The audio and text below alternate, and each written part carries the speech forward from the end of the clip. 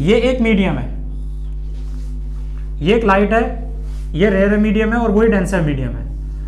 अब यहां से एक लाइट इंसिडेंट हो रही है बेटे इस पे, अब ये लाइट यहां से इंसिडेंट हो रही है और इसका कुछ इंसिडेंट एंगल होगा, इसका कुछ इंसिडेंट एंगल होगा।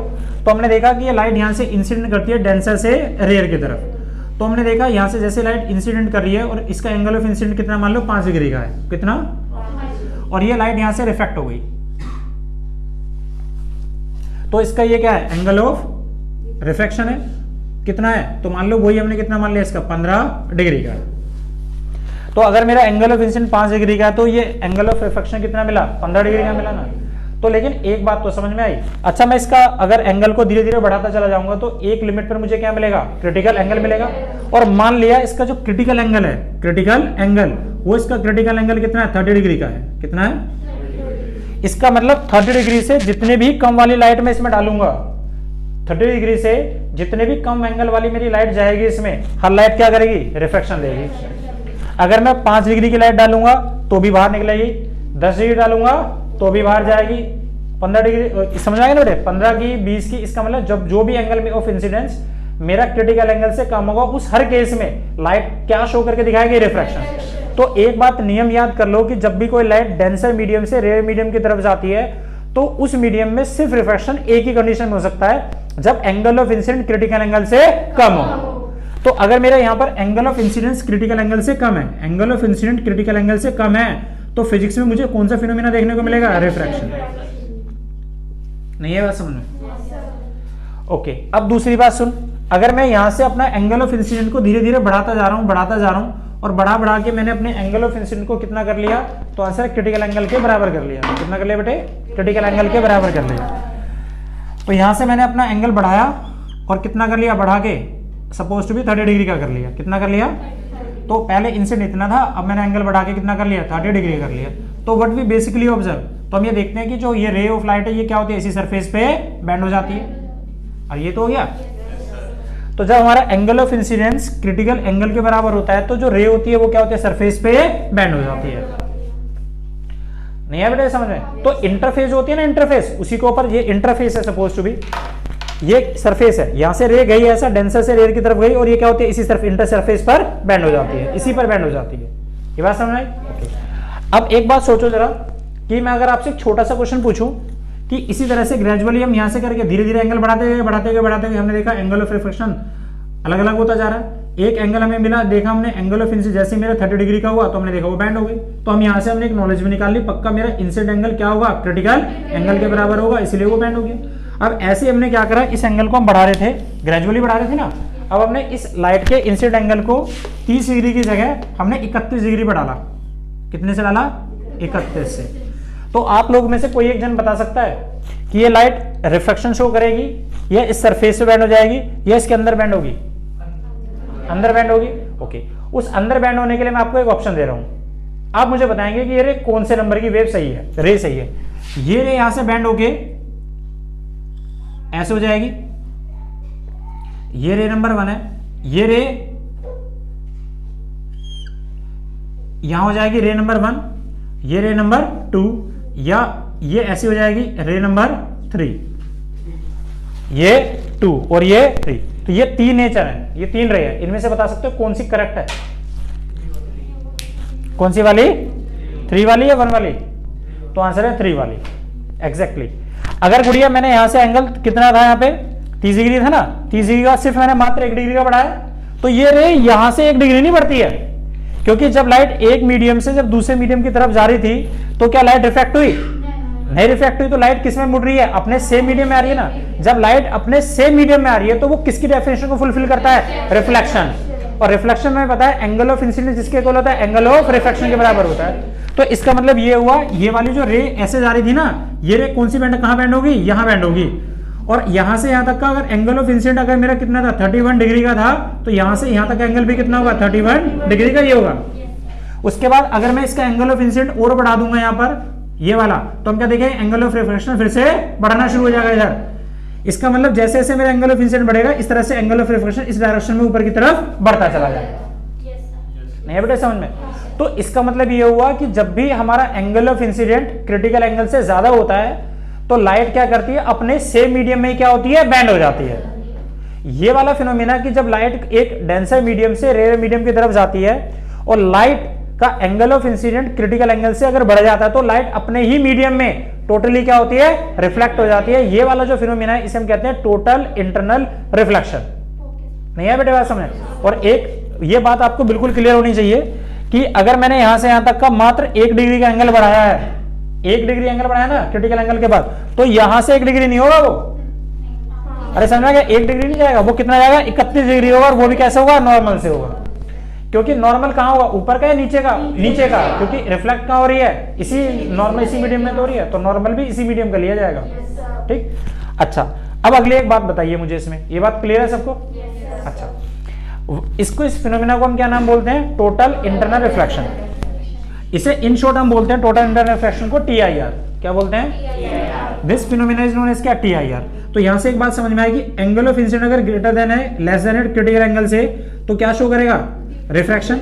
अगर दूसरा एंगल ऑफ इंसिडेंट अगर क्रिटिकल एंगल के बराबर है तो कहां पे बैंड होगा, बैंड ऑन इंटरफेस, इंटरफेस पे बैंड हो जाएगी। और नंबर तीसरी बात समझ में आई, अगर एंगल ऑफ इंसिडेंट ग्रेटर है क्रिटिकल एंगल से तो ये क्या शो करेगा, TIR, total internal reflection show. अब मेरा एक छोटा सा क्वेश्चन ये था कि why do we call this is, ये रिफ्लेक्शन ही तो हुआ, तो इस रिफ्लेक्शन को हम टोटल इंटरनल रिफ्लेक्शन क्यों कहते हैं? Why do we not call upon it is a simple reflection? भाई हम टोटल इंटरनल रिफ्लेक्शन क्यों कह रहे हैं इसे, सिंपल रिफ्लेक्शन भी तो बोल सकते हैं। तो देखिए जरा, इसे TIR इसलिए बोलते हैं total internal reflection. Here T, ये कितना है I, और ये कितना है R। Here T stand for total, क्या रिप्रेजेंट करता है, total. Total stand here for energy, किसको रिप्रेजेंट करता है, एनर्जी को। अब इसका मतलब सुनिए, total energy, total means energy. अब क्या होता है बेटे कि जो हमारे सिंपल जो मिरर्स होते हैं या जो हमारे मेटल सर्फेसिस होते हैं, उन पे जब भी लाइट इंसिडेंट होती है तो वो हमेशा एक रेड फिनोमिना शो करते हैं। रेड का मतलब जब भी हम किसी मिरर पे, किसी एक मेटल सरफेस पे लाइट को डालते हैं तो उसमें से कुछ amount of light energy absorb हो जाती है, कुछ रिफ्लेक्ट हो जाती है, और कुछ अमाउंट ऑफ एनर्जी क्या होती है, मैक्सिमम वो रिफ्लेक्ट होता है। तो जितना रिफ्लेक्ट होता है उसी फिनोमिना को हम क्या बोलते हैं, रिफ्लेक्शन बोलते हैं। तो इसका मतलब the amount of energy in during the simple reflection is absorb और reflect, so that the total energy will not reflected. तो इसलिए वो वाला उसमें क्या होता है, एनर्जी का लॉस हो जाता है। लेकिन ये वाला जो फिनोमिना होता है, इस वाले फिनोमिना में this is total internal reflection जिसे हम कहते हैं, जब लाइट डेंसर से रेयर की तरफ जाती है, इस वाले फिनोमिना में लाइट की एनर्जी का बिल्कुल भी लॉस नहीं होता। अच्छा क्यों नहीं होता, सुन, जब लाइट का इंसिडेंट एंगल अगर क्रिटिकल एंगल से अगर कम होता तो लाइट बाहर निकल जाती ना, बाहर निकल जाती तो एनर्जी का लॉस था। लेकिन एंगल ऑफ इंसिडेंट अगर क्रिटिकल एंगल से ज्यादा है तो लाइट क्या करेगी, लाइट बाहर तो जा नहीं सकती, तो रिफ्लेक्शन में एनर्जी खत्म तो बच गई, रिफ्लेक्शन तो नहीं होगा ना बिल्कुल भी। दूसरा, सरफेस पे बैंड भी नहीं हो सकती, अगर सरफेस से बैंड होती तो क्या बोलते हैं, एब्जॉर्प्शन हो गया। अरे ये जो बैंड होती है सरफेस पे, इसी को तो एब्जॉर्प्शन कहते हैं। अच्छा, तो क्या होगी, लाइट कंप्लीटली रिफ्लेक्टिव होगी। इसलिए जो ये फिनोमिना होता है इसे कहते हैं टोटल, मतलब टोटल एनर्जी रिमेन सेम, कहां, इन सेम मीडियम। और इसका दूसरा एक्सप्लेनेशन ये होता है कि जब लाइट डेंसर से रेयर जाती है तो वो इसलिए भी इसे क्रॉस नहीं कर पाती, क्योंकि डेंसर मीडियम से जब लाइट रेयर मीडियम की तरफ जाती है तो डेंसर मीडियम में लाइट की स्पीड कम होती है, और जब स्पीड कम है और उसको क्रॉस करके जाना है और इतनी स्पीड है नहीं, तो वो क्रॉस कैसे कर जाएगा, क्योंकि इस मीडियम में जाने के लिए वेलोसिटी कैसी चाहिए, ज्यादा चाहिए, और इस वाले मीडियम में स्पीड कैसी है, कम है। तो इतनी स्पीड हो नहीं पाती कि वो क्या कर सके, इससे क्रॉस कर सके। अरे समझ में आया, इसीलिए कहां बना रहता है, अपने सेम मीडियम में बना रहता है। तो there are the two answers, you must have to remember कि इसे total T stand here for total energy, total internal reflection को कहते हैं। और इंटरनल का मतलब क्या होता है, इंटरनल का मतलब इंटीरियर सेम मीडियम, और R का मतलब क्या होता है, रिफ्लेक्शन। एंगल ऑफ इंसिडेंस जो होता है वो किसके इक्वल होता है, एंगल ऑफ रिफ्लेक्शन के। Angle I should be equal to angle R। इसका मतलब इस वाले सिस्टम को ही हम बोलते हैं टोटल इंटरनल रिफ्लेक्शन। समझ आया बेटे बात? तो पेपर में पूछा है, why do we call this is total internal reflection, what is mean by the total internal reflection. Total internal reflection means ये होता है कि the total amount of the energy in the same medium will remain same, वो किसी और form में नहीं convert हो रहा है, वो उसी उतनी एनर्जी जितनी पहले थी उसी मीडियम में उतनी एनर्जी उसकी अभी भी है। लेकिन जो सिंपल रिफ्लेक्शन होता है उसमें अमाउंट ऑफ एनर्जी एक मीडियम में कुछ और होती है, दूसरे मीडियम में कुछ और, दोनों का टोटल तो कंजर्व ही रहता है, लेकिन लाइट एक मीडियम में एनर्जी चेंज हो जाती है, डिक्रीज हो जाती है दूसरे मीडियम के जब लाइट ट्रांसमिशन या एब्जॉर्प्शन करती है। तो नहीं है बेटे समझ में? तो अगर मैं आपसे बोलूं कि टोटल इंटरनल रिफ्लेक्शन है क्या, तो आंसर है total internal reflection it is the phenomena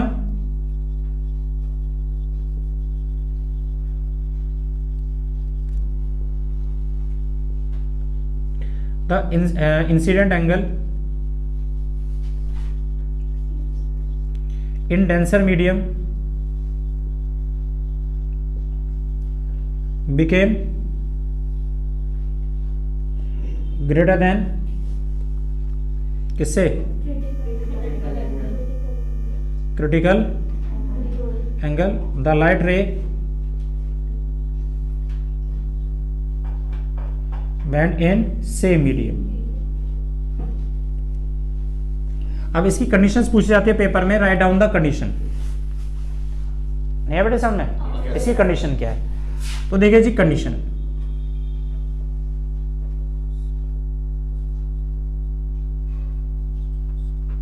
TIR की सबसे पहली कंडीशन क्या है?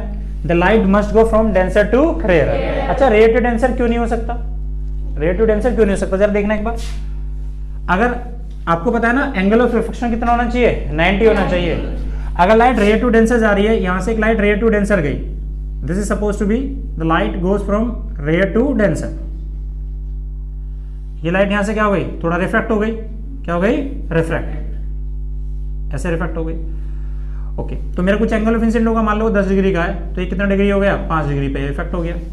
अब तू सोच, अगर मैं इसका एंगल ऑफ इंसिडेंट और बढ़ाऊंगा, और बढ़ा दिया मैंने, कितना कर दिया? 20 डिग्री का, तो ये एंगल ऑफ, ये भी तो बढ़ जाएगा रिफ्रैक्शन। अब मैंने इसको कितना कर दिया? 90 डिग्री का कर दिया, तो ये कितना हो जाएगा? सिर्फ मात्र 45 पे तो रहेगा। तो क्या एंगल ऑफ रिफ्लेक्शन कभी भी 90 डिग्री हो सकता है? इसमें नहीं हो सकता। अरे नहीं समझ आया बेटे? जब लाइट रेयर टू डेंसर जाएगी तो हमेशा डेंसर मीडियम में बनने वाला एंगल रेयर मीडियम में बनने वाले एंगल ऑफ इंसिडेंस से तो हमेशा कमी रहेगा। और जब ये कमी रहेगा हमेशा, तो एक कभी भी एंगल 90 डिग्री बन सकता है कभी? तो जब ये एंगल कभी 90 डिग्री बन ही नहीं सकता, तो कभी इस वाले मीडियम में हम क्रिटिकल एंगल ले ही नहीं सकते कभी।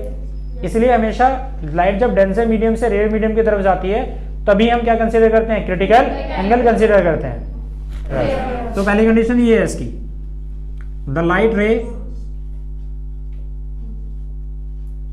Must go from denser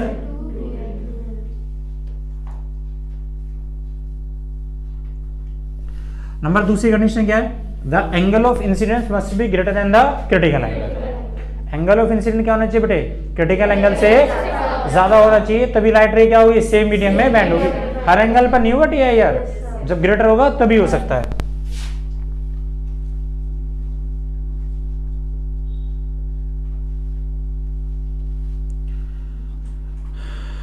should be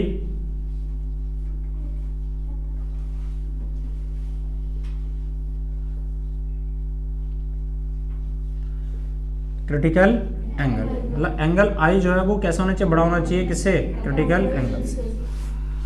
अब एक छोटा सा क्वेश्चन पूछूं मैं आप लोगों से, मेरा बड़ा छोटा सा क्वेश्चन है आप सबसे। क्या आप मुझे एक बात बता सकते हैं, ऐसे रफली से पूछ रहा हूं मैं आपसे, कि अगर मेरे पास एक ऐसा मीडियम है जिसका क्रिटिकल एंगल 15 डिग्री का है, कितना है? 15, तो 15 डिग्री क्या है? क्रिटिकल एंगल है, ठीक। एक दूसरा मीडियम है मेरे पास, उसका क्रिटिकल एंगल है 60 डिग्री का, कितना है? 60, तो C कितना दिया हुआ? 60। तो आप बता सकते हो कि इन दोनों में से किस मीडियम में रे ज्यादा रिफ्लेक्ट होकर वापस आएंगे? आने के ज्यादा चांसेस है 15 वाले में या 60 वाले में?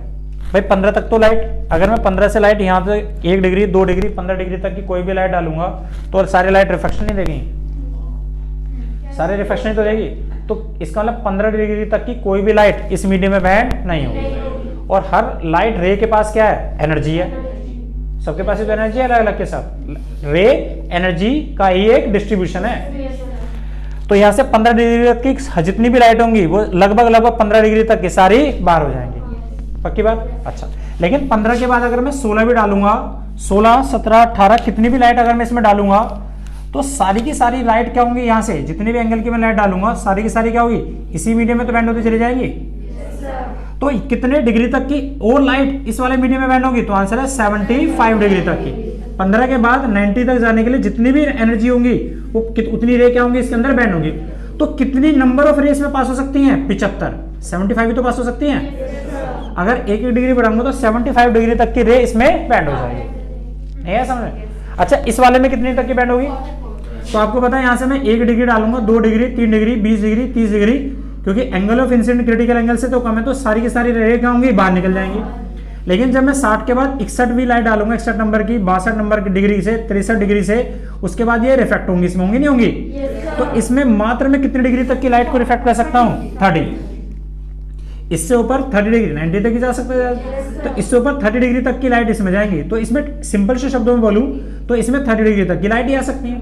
30 डिग्री का मतलब इसमें रे कितनी आ सकती है? 30। इसमें कितनी आ सकती है? 75। तो 75 वाली रे की एनर्जी ज्यादा होगी या 30 वाले की? 75 वाली की एनर्जी ज्यादा होगी। इसका मतलब इस मीडियम में अगर मुझे चमक ज्यादा चाहिए, लाइट की इंटेंसिटी, तो इंटेंसिटी ज्यादा कौन देगा? जिसका क्रिटिकल एंगल कम हो या ज्यादा हो? कम। तो जिस मीडियम का क्रिटिकल एंगल कम होता है उस मीडियम में लाइट की इंटेंसिटी हमेशा ज्यादा होती है। नहीं है बात समझ में? क्योंकि इतना कम एंगल है कि जो भी लाइट आएगी इससे क्या होगा? एंगल ऑफ इंसिडेंट ज्यादा हो जाएगा, ऑटोमेटिकली उसे अपने मीडियम में ही बैंड कर देगा। नहीं है बात समझ में? जितना भी होगा आसानी से क्या करेगा? अपने मीडियम में बैंड कर देगा।